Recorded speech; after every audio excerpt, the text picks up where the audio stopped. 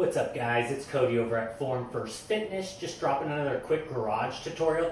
Today we're going to talk about a dumbbell overhead reverse lunge.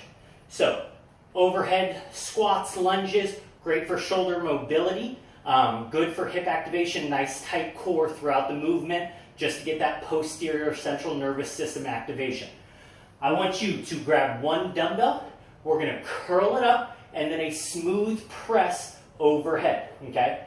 I always like having palm forward and then trying to press that bicep either equal to the ear or slightly behind the ear.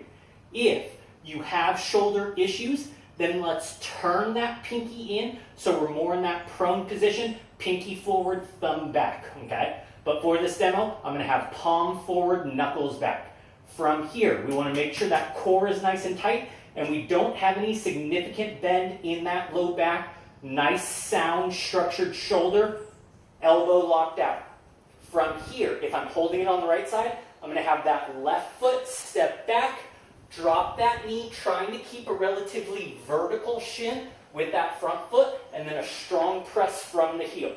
Okay, so step back, find that balance, make sure that shoulder stays locked in, light dip with that back knee, strong press through that front heel.